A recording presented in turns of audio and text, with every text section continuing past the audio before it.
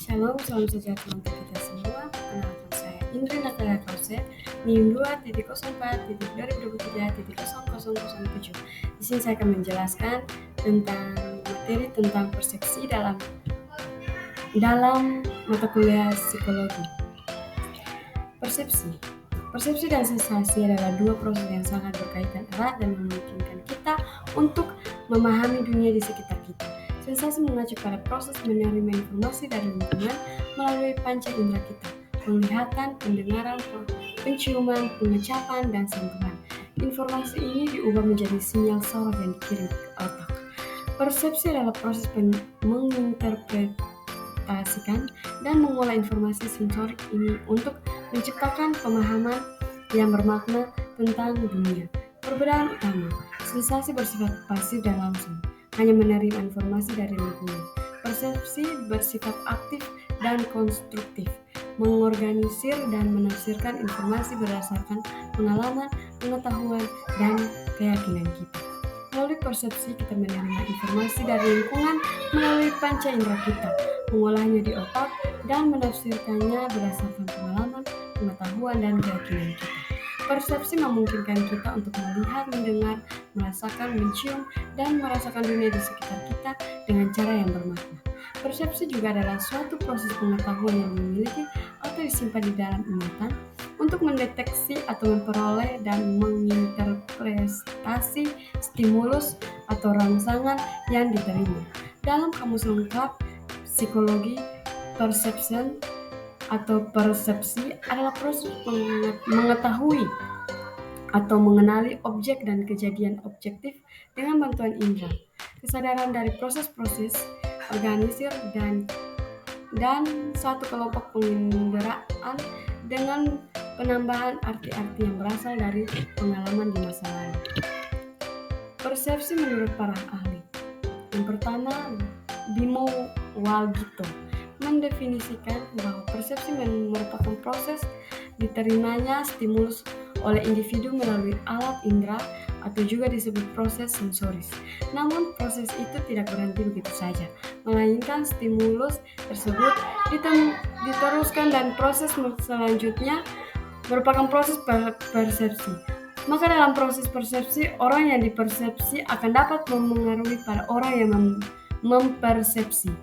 Yang kedua, Jalaluddin Rahmat mendefinisikan bahwa persepsi adalah pengalaman tentang objek, peristiwa, atau hubungan-hubungan yang diperoleh dengan menyimpulkan informasi dan menafsirkan pesan.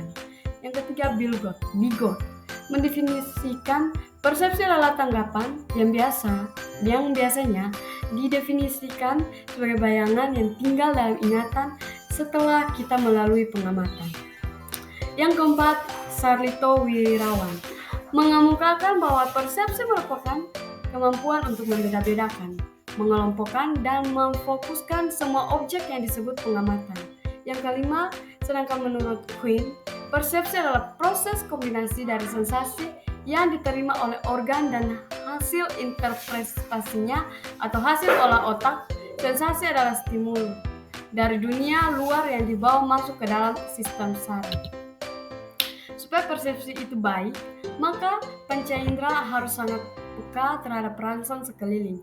Makin sensitif suatu indera, makin dapat orang membeda-bedakan arti dan bermacam-macam hal. Tak hanya indera harus berfungsi sebaik-baiknya, tetapi arti yang betul harus dihubungkan dengan penginderaan hingga persepsi yang palsu dapat dihindari. Orang tua dan guru bertanggung jawab atas persepsi yang betul yang dibentuk oleh anak. Karena persepsi dasarnya adalah penginderaan, perlu untuk memberi pengalaman yang nyata atau dengan bahasa yang nyata, dengan bahasa yang dapat memberi materi penginderaan yang betul. Persepsi yang baik atau positif adalah dasar belajar yang baik. Bila seseorang memiliki persepsi yang baik, maka ia mempunyai dasar belajar yang baik. Begitu juga sebaliknya, seseorang yang memiliki persepsi yang tidak baik atau negatif, maka ia akan mengalami kesulitan dalam belajar. Bahkan, persepsi negatif bisa membuat seseorang menjadi stres.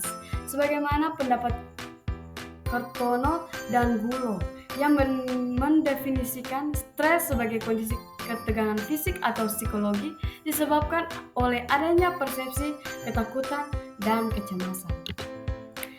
Di sini sensasi memiliki 5 indera. Yang pertama mata, penglihatan. Ini menerima informasi tentang cahaya, warna, bentuk, dan gerakan. Yang kedua adalah telinga, yaitu pendengaran.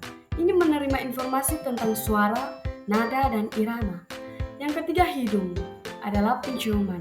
Ini menerima informasi tentang bau, harum, busuk, dan segar. Yang keempat adalah mulut, yaitu pengecap.